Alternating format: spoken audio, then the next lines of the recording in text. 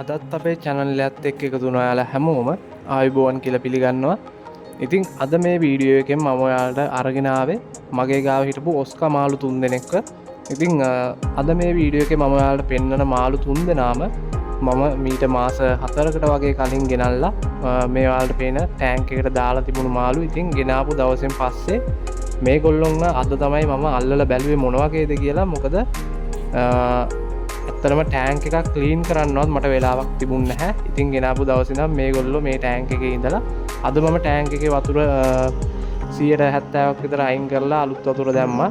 ඉතින් මේ ඔයාලට පේන්නේ බ්ලැක් ටයිගර් ඔස්කා කෙනෙක් ඉන්නවා මෙතන, ලෙපර්ඩ් ඔස්කා කෙනෙක් ඉන්නවා, ඒ වගේම කොපර් ඔස්කා කෙනෙක් ඉන්නවා. මෙතන සයිස් එකෙන් පොඩි මාළුවා කොපර් ඔස්කා කෙනෙක්, ලොකුම එකනා බ්ලැක් ටයිගර් ඔස්කා මාළුවෙක්. ඉතින් මේ මාළු තුන් දෙනාව අල්ලලා ගතිපු වෙලාව මට හිතුණා වීඩියෝ එකක් කරන්න ඕන කියලා. ඉතින් අපි මේගොල්ලන්ව දැන් ටැංක් එක අස් කරලා ඉවරලා මම සම්පූර්ණයෙන්ම වතුර අයින් කරේ නැහැ. ඉතින් අපි මේගොල්ලන්ව ටැංක් එකට දාලා බලමු මොන වගේද කියලා. ඔයාලට බලා ගන්න පුළුවන් මේගොල්ලන්ව ටැංක් එකට දානකොට.